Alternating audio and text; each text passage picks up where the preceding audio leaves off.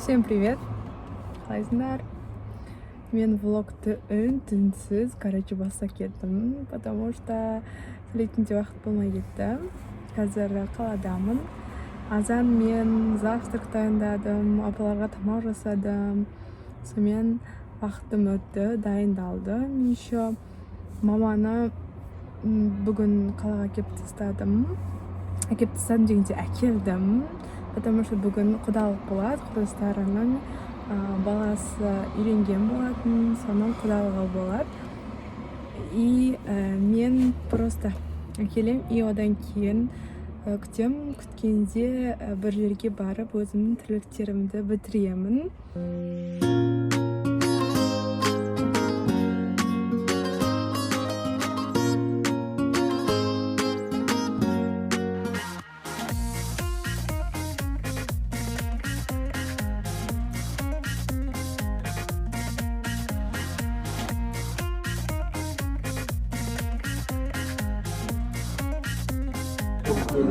Кофейняға барам деп ресторанға келдім.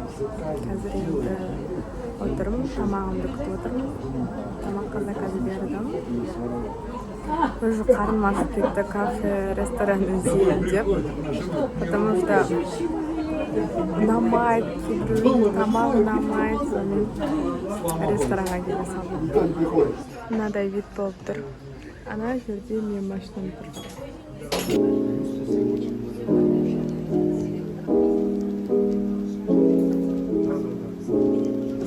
Кофе заказ бергем, кофем келді, латте с миндальным молоко. Әдемі витпен келді. Гүлмен, сумен, Қазір дәмін көреміз, қандай екенін. Мұнда шекер бар екен. Қасығы. И мынадай печенкасы бар. Мынаны білмеймін не екен. Бір нәрсе қатты. Бірінші дәмін көрейін, бірінші араластырамыз. Вот так. Шекер салатын боламын. Шекер білмеймін салайын. Бір салам шекер. Шекерді былай салады. Ортасын бөлеміз. Кофе ішіп болғаннан кейін обязательно су ішемін. Себебі не үшін екенін білмеймін. Негізі су ішу керек. Үйде дайындалған кофеден кейін енді су ішу қатты маңызды емес. Үйде потому что біз сумен араластырамыз ғой, ал мұнда сумен араластырмайды. Кофе и сүт қана болады. Сол себепті кофеден кейін су ішу маңызды.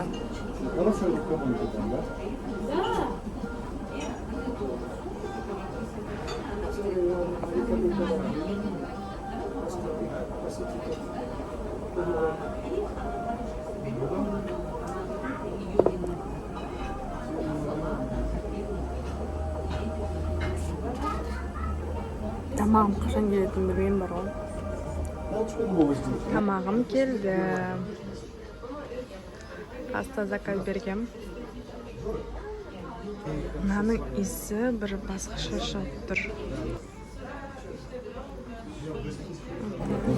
Слишком соусы көп. Бір грибыдың иісі шығып тұрған сияқты. Басқа бір мынадай нәрсе қойды. Соусы өте көп.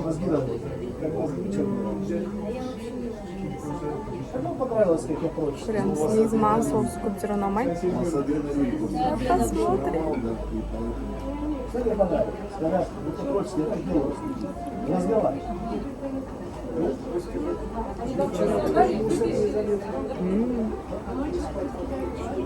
Оказывается, можно. Соусы көп сияқты көрінді. Еще соусы көп. Шынымен көрінді емес, вообще көп. И дәмін көргенде күшті. Вообще классно.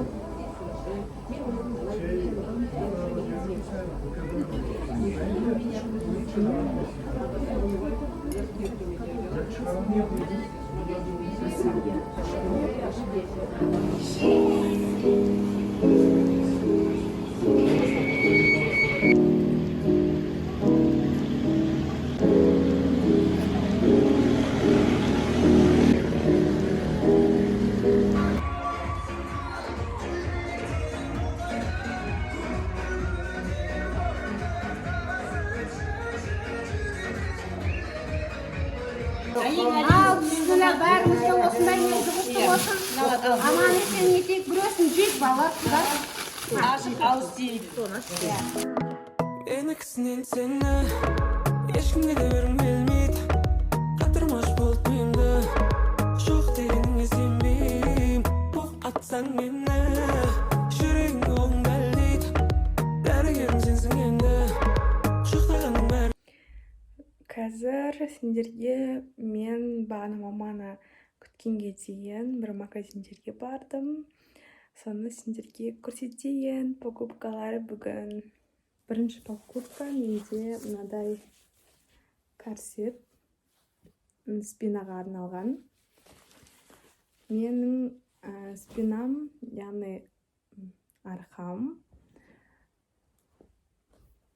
мектеп кезде мен биге қатысқан болатын, және де биде бізде всегда осылай түзу жүр деп үйреткен, және сол бойы сөйтіп жүретінмін.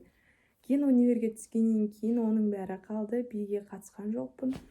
И менде столда көп отырғаннан кейін, и менде жұмыс, салонда жұмыс істедім. Салонда сен 3-4 сағат бір клиентпен отырасың.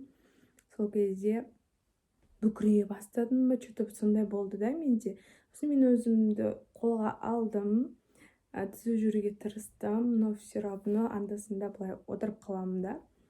Сол себепті арқам түзу болу үшін алдын ала асқынып кетпеу үшін, яғни одан сайын бүйтіп бүкірейіп қалғаннан гөрі әдемі иығын тік көтеретін қыз болғым келді. Сол себепті осындай корсет алдым. Мына корсетті кәдімгідей күшті, бір ай ішінде 5 минут таққанның өзінде сезіледі сенің спинаң былай кәдімгі түзу тұрғанында. Мен былай жүретіннің білініп қалады да. И бұны біраз уақыт тағып жүрсем, уже үйреніп кетемін деген ойдамын. Және де мен бұны 5500 теңгеге алдым.